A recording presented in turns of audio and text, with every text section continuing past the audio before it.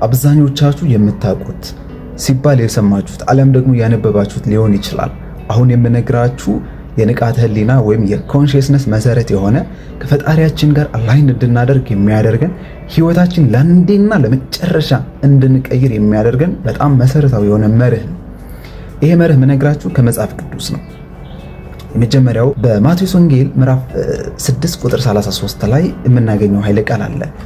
በመጀመሪያ መንግስቱንና ጽድቁን ፈልጉ ይህንንም ሁሉ ይጨመርላችኋል ይላል። አሁን ጥያቄውም እዚህ ውስጥ ነው የሚነሳው። የእግዚአብሔር መንግስት ፈልጉ ይላል አይደለ? የእግዚአብሔር መንግስት የት ሄጄ ልፈልጋት? የምትገኘውስ የት ነው? የአብዛኞቻችን ጥያቄ ነው። መልሱ አሁንም መጽሐፍ ቅዱስ ውስጥ እናገኘዋለን።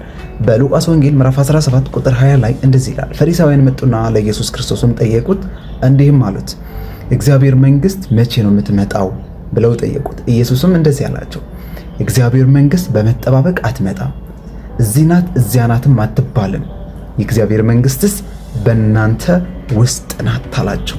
አያችሁ፣ የእግዚአብሔር መንግስት ያለችው ያ የምትፈለገው መንግስት የተባለች ያለችው በውጫዊው ዓለም ሳይሆን በእኔና በእናንተ ውስጥ ናት።